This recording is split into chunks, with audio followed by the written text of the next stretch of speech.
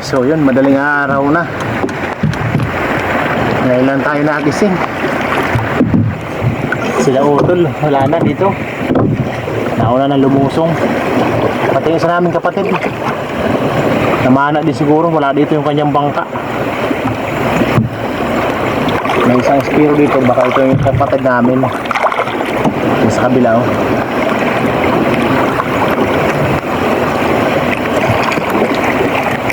Pambihira, nachimpahan pa talaga natin.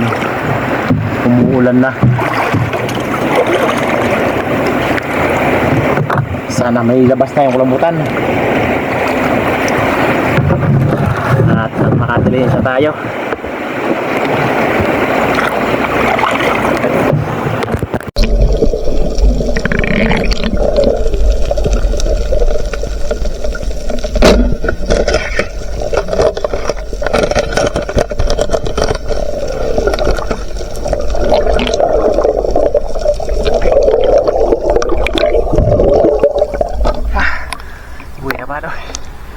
Nandito ako sa Larayan, grabe ang alon nito, malalaki. Wala dito si Utol. Nandito siguro sa may barangay Victoria.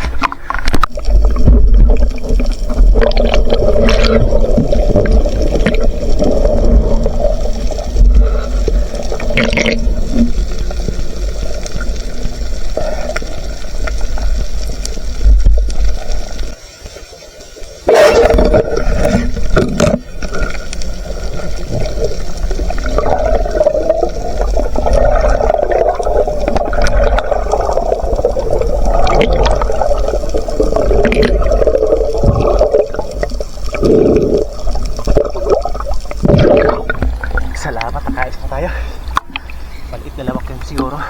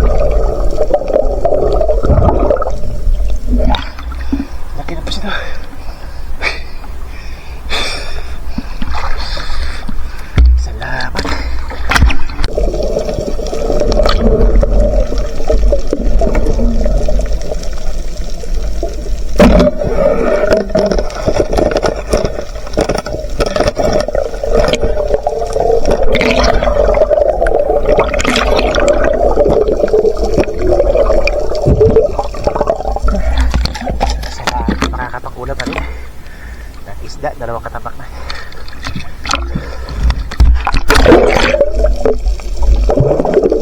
So yun, mga alas 4 na, uwi na tayo. Dito sa may daungan namin, kalmado yung dagat, hindi maalon. Pero doon sa may Kalarayan, grabe maalon. Malalaki yung alon.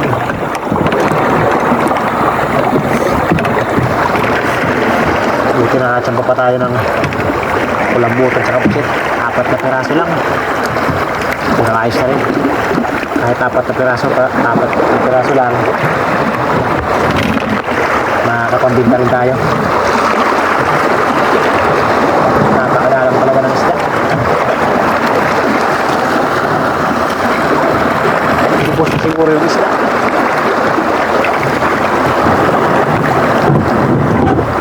Kahit anong paikot-ikot natin, walang makikita ng isda. Mayroon man, 2 piraso lang. So yun, nabang yun lang doon sa tito ko. Pagliwanag mamaya, i-diretso na natin doon. Doon na natin papakilo. Makakabisensya tayo kahit paano, kahit konti. Ayos na rin to. Biyaya na din. A few moments later. So yun, magandang umaga. Ito yung haul natin, bibinda na natin. Asan na boss? Si Utol, dumiretso pala ng ano? Dumiretso pala si Utol ng Barangay Kabakungan. Nakadami si Utol, nakahuli siya ng 2 kulambutan. Yung alon daw pala sa ano lang, sa tabi lang.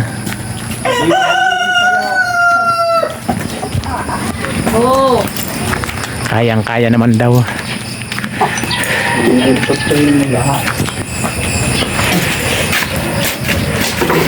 Mahigit 15 kilos yata kay Utol. Oo.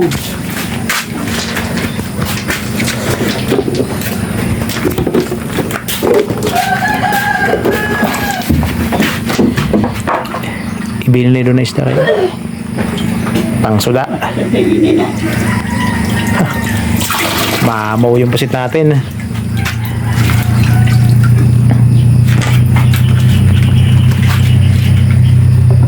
Oh. Puno size. 1.6 kwarta. 2 piraso lang pambenta natin pero sulit. Maulit ah. Ulit ito.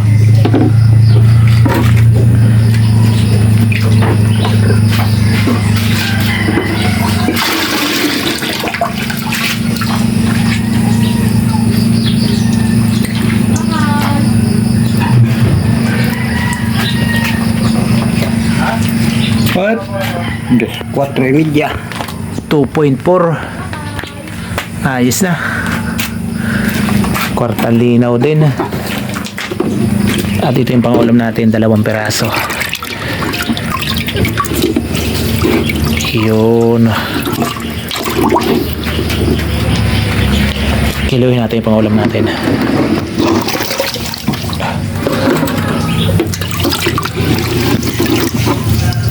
Madilim.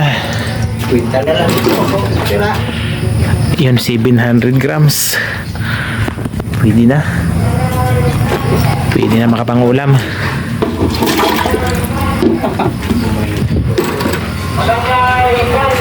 Di ba man yun? Di ba yun sa Ate Jackie? Diri niya na. Dako ang buses. So bali sa mamayang gabi, tutugtungan natin para humabay ating video. Kuya, dara na yung sa balayo na isulat ha.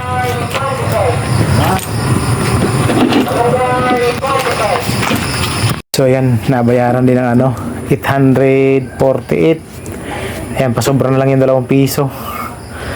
Ayos na rin, kahit 2 piraso lang. May pang konsumo na tayo sa maghapon. Mamaya aga-agahan natin na paglusong. So yun, magandang hapon.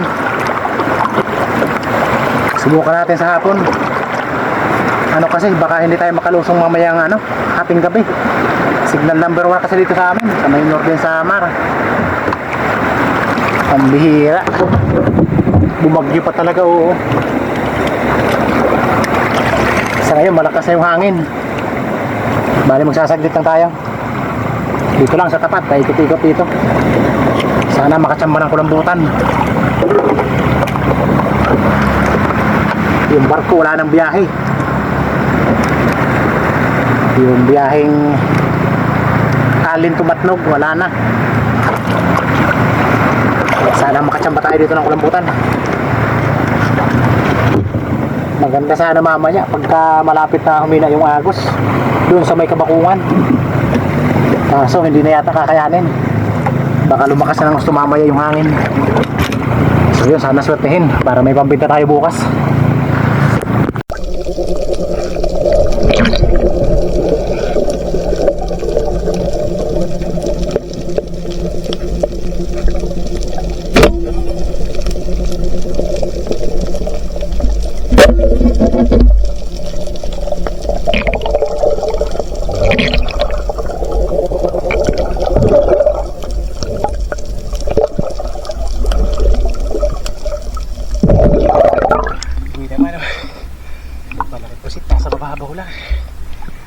Nasa 3 di pala.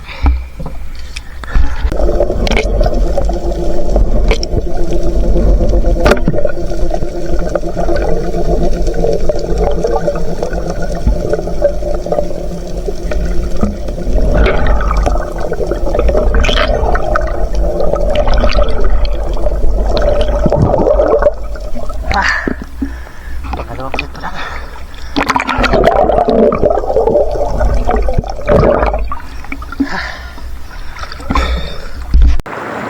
Uwi na tayo, 2 pusit lang yung nahuli natin.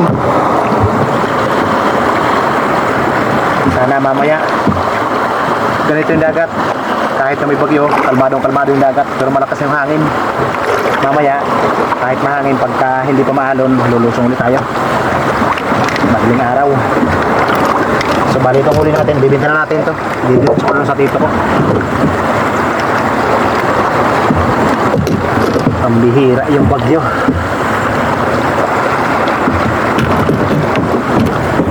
January na kay January, may bagyo, pambihira. A few moments later. Bibenta na natin.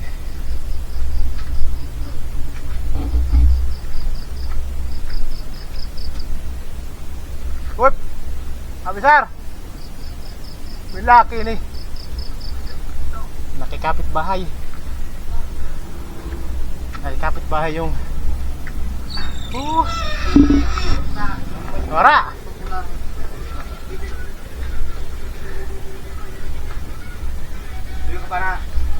Yun, may bularan. Wara, man, mahanginaw. Kusok ko dumagsa. Nadaw yun na yan kung... Dili magkusog pinahagaw.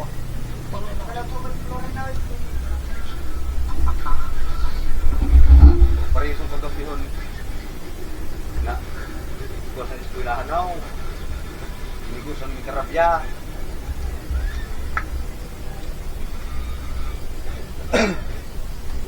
Quattro. 400 grams.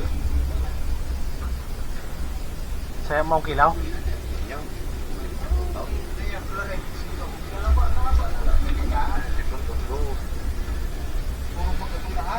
Saya ulah itu puti itu merah yun sa eskwelahan banda. Andun lang. Hindi umabot. 9 gramos. Pwede na kahit papano. May huli kahit mahangin. Yun, magandang umaga. Ito na yung bayad sa dalawang pusit natin kagabi. 361. Pwede na rin. Total, saglit lang naman tayo kagabi. So, bali, hindi na ako nakabalik sa madaling araw. Sobrang sama na talaga ng panahon. Ngayon, grabe na yung dagat. Napakalabo na dahil sa alon. Malakas na talaga yung hangin. So, yun, bali, sa susunod lang yung shoutout natin. So, yun, maraming salamat sa panonood. God bless po. Bye-bye.